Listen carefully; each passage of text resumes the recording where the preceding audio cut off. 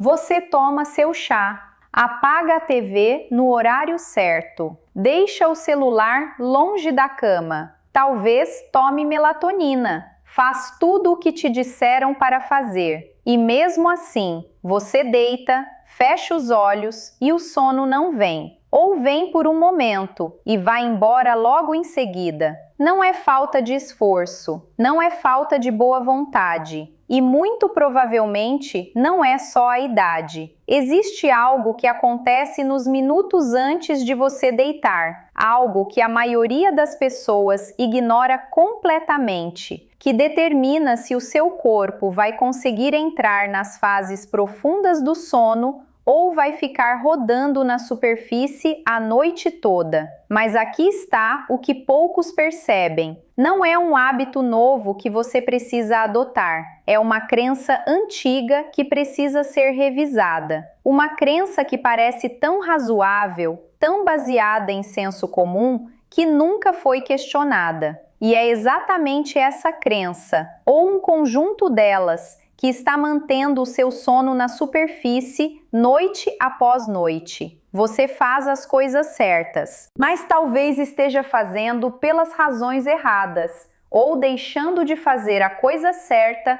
no momento exato em que ela mais importa. Hoje eu vou te mostrar o que é isso. 3 crenças muito comuns sobre o sono, crenças que circulam entre pessoas acima de 55. E o que a pesquisa realmente diz sobre cada uma, e o que você pode fazer diferente ainda esta noite. Meu nome é Doutora Helena Pires. Há mais de 20 anos eu pesquiso e compartilho estudos científicos sobre saúde do sono e bem-estar noturno, para ajudar pessoas acima de 55 anos a dormirem melhor sem depender de remédios. O que eu observei repetidamente ao longo de toda essa pesquisa é que a maioria das pessoas acima de 55 que não consegue dormir bem não tem um problema de sono, tem um conjunto de crenças sobre o sono que nunca foram questionadas. E essas crenças, por mais razoáveis que pareçam,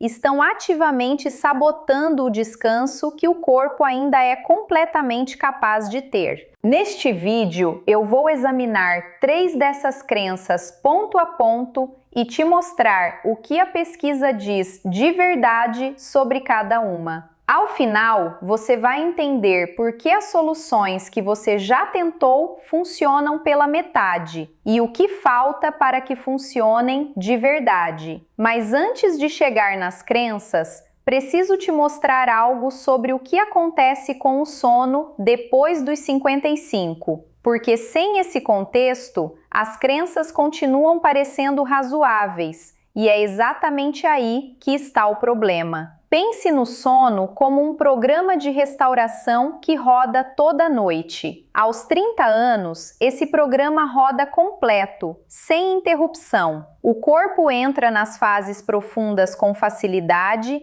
permanece lá por longos períodos e sai descansado do outro lado. Depois dos 55, esse programa começa a pular etapas. E as partes que pula são exatamente as mais importantes para a recuperação do corpo. O sono profundo, que é onde o corpo repara tecidos, consolida a memória e regula o humor, fica progressivamente mais curto e mais frágil. Não desaparece, mas precisa de condições muito mais precisas para acontecer. O que muda concretamente? Os ciclos do sono encurtam. A transição da vigília para o sono leve e do sono leve para o sono profundo fica mais lenta e mais fácil de interromper. Um barulho, um pensamento, uma variação de temperatura, coisas que antes passavam despercebidas, agora são suficientes para manter o cérebro em alerta. E o cérebro em alerta não entra nas fases restauradoras. Isso explica por que tantas soluções isoladas funcionam por pouco tempo e depois parecem perder o efeito. A melatonina pode ajudar a sinalizar o início do sono, mas não garante que o programa de restauração vai rodar completo. O chá de camomila relaxa, mas não resolve o que está mantendo o sistema nervoso em modo de vigilância antes mesmo de você deitar. Cada solução ataca uma parte do problema e deixa as outras intactas. E é aí que entram as crenças. Porque o que mantém o sistema nervoso em modo de vigilância com mais frequência do que qualquer outro fator é algo que a pessoa está fazendo ou acreditando antes de deitar. Algo que parece razoável, algo que ninguém questionou. Antes de te mostrar as 3 crenças, um pedido rápido. Me conta nos comentários qual dessas 3 crenças você mais se identificou e há quanto tempo esse padrão está na sua rotina noturna. Semanas? Meses? Anos? Eu leio cada resposta. Há 3 crenças que circulam entre pessoas acima de 55 sobre insônia. E as 3 estão incompletas. Vou mostrar o que a pesquisa realmente diz sobre cada uma. A primeira crença é a mais conhecida e é exatamente por isso que ela é tão fácil de subestimar. A crença é esta: o problema é a tela. A versão que a maioria carrega soa assim: eu já sei que o celular atrapalha o sono, por isso já deixo longe da cama. Já resolvi esse problema. De onde vem essa ideia? A pesquisa sobre luz azul e supressão de melatonina se popularizou muito nos últimos anos. A orientação de evitar telas antes de dormir passou a ser repetida por médicos, aplicativos de saúde, programas de bem-estar, reportagens. Parece um problema simples com uma solução simples. Tela longe, problema resolvido. E aí está a incompletude. Evitar telas antes de dormir é de fato benéfico, mas o problema não é só a luz, é o estado de ativação mental que as telas produzem. Rolar o feed, responder mensagens, assistir vídeos curtos, cada uma dessas ações ativa circuitos de alerta e recompensa no cérebro, que levam tempo para se desativar. Pesquisas sobre latência do sono indicam que o estado de ativação mental pode persistir por 45 minutos ou mais após o estímulo, mesmo sem mais nenhuma exposição à tela. Tirar o celular da cama é correto, mas se você usa o celular até 20 ou 30 minutos antes de deitar, o dano já está feito. O cérebro não desacelera no instante em que a tela apaga. O motor continua rodando, você só desligou o acelerador. E depois dos 55, esse problema se intensifica. O sistema nervoso autônomo leva mais tempo para transitar do estado de alerta para o estado de repouso. O que em jovens se resolve em 15 a 20 minutos pode levar 60 minutos ou mais em pessoas acima dessa faixa. Isso significa que a janela de desaceleração precisa começar muito antes do que a maioria imagina. Vera, 67 anos, professora universitária aposentada de Campinas, fazia tudo certo. Sem cafeína depois das 17 horas, quarto escuro, celular fora do quarto. Mas até às 23 horas resolvia pendências do dia, respondia e-mails da família, conferia as contas, organizava a lista de amanhã. Deitava com a sensação de dever cumprido e ficava olhando para o teto por mais de 1 hora. Quando começou a encerrar essas atividades às 21h30 e reservar os 45 minutos seguintes para leitura leve, relatou que nas primeiras 2 semanas o tempo para adormecer caiu pela metade. A crença estava parcialmente certa. O problema estava no que ela ignorava. Não basta afastar a tela, é preciso afastar o estado mental que a tela produz. E isso exige tempo. Mas a próxima crença é a mais perigosa, porque é exatamente o que as pessoas fazem para tentar resolver o problema. As informações que você está recebendo são educativas e baseadas em pesquisas científicas. Elas não substituem a orientação de um profissional de saúde qualificado. Se seus sintomas de insônia são persistentes ou interferem na sua qualidade de vida, o passo mais responsável é conversar com um especialista. A segunda crença vai te surpreender ainda mais, porque é algo que a maioria faz acreditando que está ajudando o sono. A crença é esta: a melhor solução é forçar o cansaço. Soa assim no dia a dia. Se eu ficar acordado tempo suficiente, o corpo vai ceder na hora certa.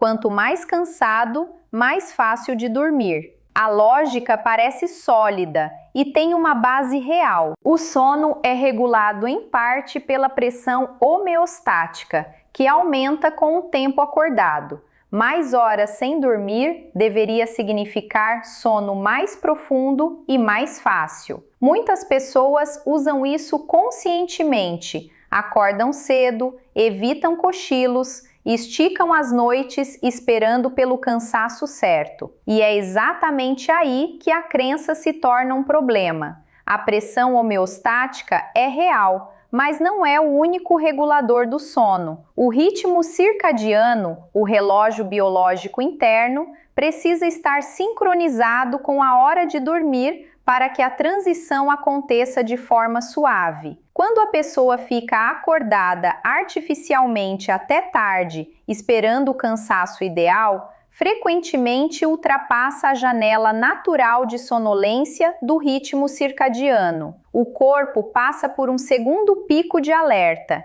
descrito na literatura como second wind, e o sono que deveria vir fica ainda mais distante. Pesquisas sobre privação parcial de sono também mostram que a qualidade do sono profundo não escala linearmente com o cansaço acumulado. Cansaço excessivo produz sono fragmentado, não sono restaurador. E especificamente após os 55, o ritmo circadiano naturalmente se adianta. O pico de sonolência ocorre mais cedo do que em décadas anteriores. Lutar contra esse adiantamento natural com privação forçada desregula ainda mais o relógio biológico, que já é menos robusto nessa faixa etária. Roberto, 71 anos, contador aposentado de Porto Alegre, dormia bem até acordar às 3 horas da manhã, toda noite. Atribuía ao próstata, à idade, ao barulho da rua.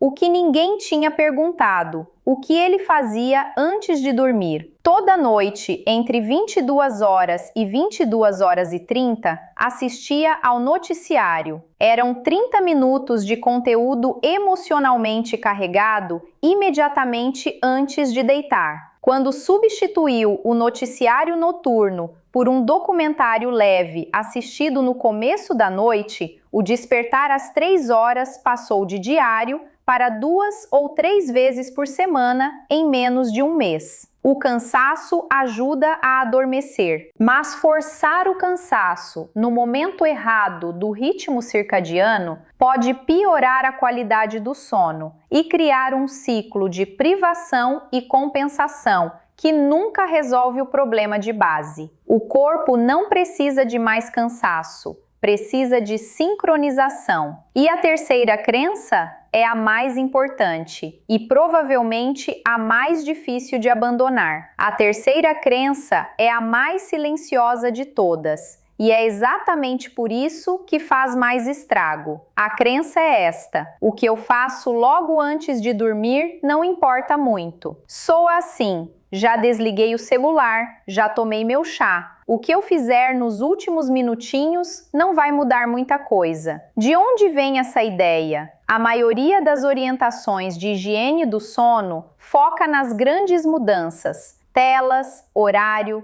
temperatura do quarto, cafeína. Os últimos 20 a 30 minutos antes de deitar raramente são discutidos com precisão. As pessoas assumem que, após cumprir os principais passos da rotina, o que acontece no período imediato antes de dormir é irrelevante. Já fiz o que tinha que fazer, agora é só fechar os olhos. O que a pesquisa diz é o oposto. A janela de pré-sono, os 20 a 30 minutos imediatamente antes de deitar, é uma das mais sensíveis para a qualidade das fases iniciais do sono. Estudos sobre a atividade do sistema nervoso autônomo mostram que conversas agitadas, notícias, resolução de problemas, discussões, mesmo breves, nessa janela, elevam a frequência cardíaca e mantêm o córtex pré-frontal ativo. O sono leve não consegue progredir para o sono profundo quando o sistema ainda está processando estímulos emocionais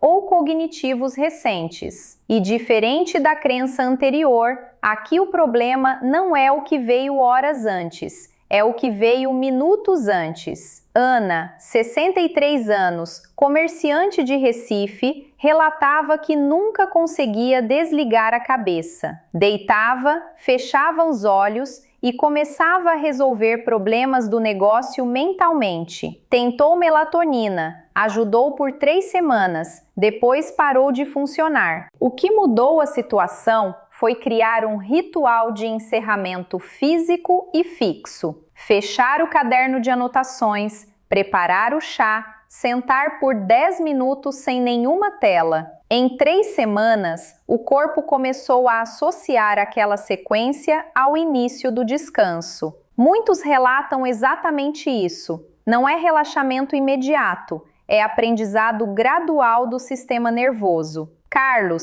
58 anos, engenheiro aposentado de Belo Horizonte, achava que quanto mais cansado chegasse à cama, melhor dormiria. Então esticava as noites, ficava acordado até sentir o que chamava de o cansaço certo. O problema, esse cansaço frequentemente chegava depois da meia-noite, e mesmo assim o sono era fragmentado. Quando passou a deitar no horário em que a sonolência aparecia naturalmente, por volta das 22 horas, em vez de esperar pelo cansaço forçado, o padrão de sono começou a se reorganizar em menos de 2 semanas. Após os 55, com ciclos de sono mais curtos e transições mais lentas, qualquer ativação residual nessa janela final tem impacto direto na primeira hora de sono, que é quando a maior parte do sono profundo da noite ocorre.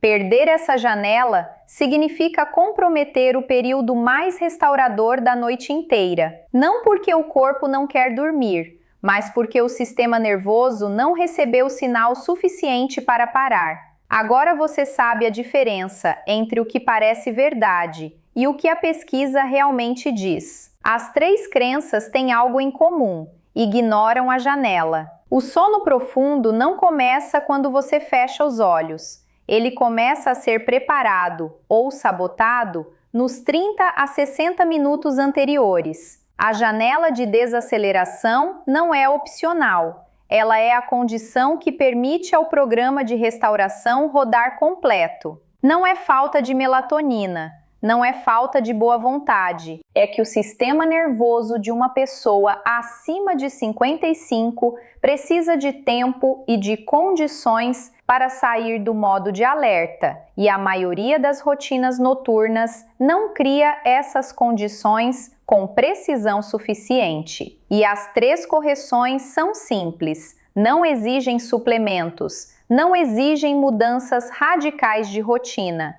Exigem atenção à janela certa, que até hoje estava sendo ignorada. A primeira, encerre qualquer estímulo cognitivo ou emocional significativo, telas, notícias, conversas difíceis, resolução de problemas, pelo menos 45 minutos antes de deitar, não 10 minutos, não 20. 45 minutos é o tempo mínimo que pesquisas sobre ativação do sistema nervoso autônomo sugerem ser necessário para que a frequência cardíaca e a atividade cortical retornem a níveis compatíveis com o início do sono. A segunda, Crie um sinal de encerramento. O cérebro aprende com padrões. Um ritual breve e fixo. Os mesmos 3 a 5 gestos, na mesma ordem, toda noite, funciona como um sinal que o sistema nervoso reconhece ao longo do tempo. Pode ser apagar as luzes da sala, preparar a cama, fazer respiração lenta por alguns minutos. A sequência importa mais do que cada elemento individualmente. Evidências sobre condicionamento circadiano sugerem que rituais fixos de pré-sono, mantidos por pelo menos 2 semanas, ajudam a sincronizar o relógio biológico com o horário de dormir desejado. A terceira, proteja os últimos 20 minutos como zona de silêncio. Sem resolução de pendências, sem verificação de mensagens de última hora, sem conversas que ativem preocupação. Não é preciso meditar, é preciso não introduzir novos estímulos. Muitos que aplicam essa mudança relatam que não é o adormecer que muda primeiro, é o acordar. A sensação de ter dormido de verdade começa a aparecer antes que o tempo de sono em si aumente. Eu tenho um pedido, não, um desafio. Escolha uma coisa que aprendeu neste vídeo, apenas uma.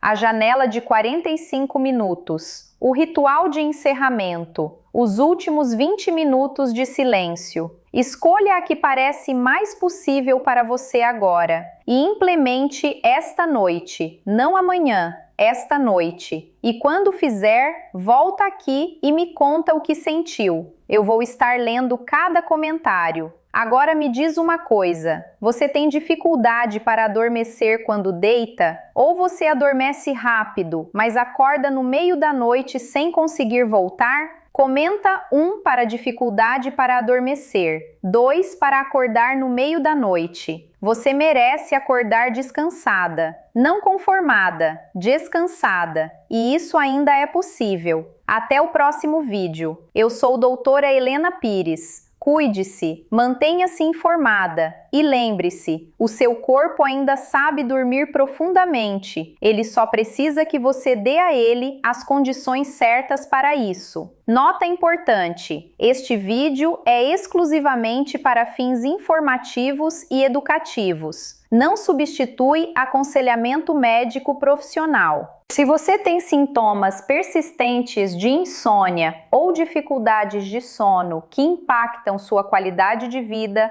consulte sempre um profissional de saúde qualificado que possa avaliar sua situação individual.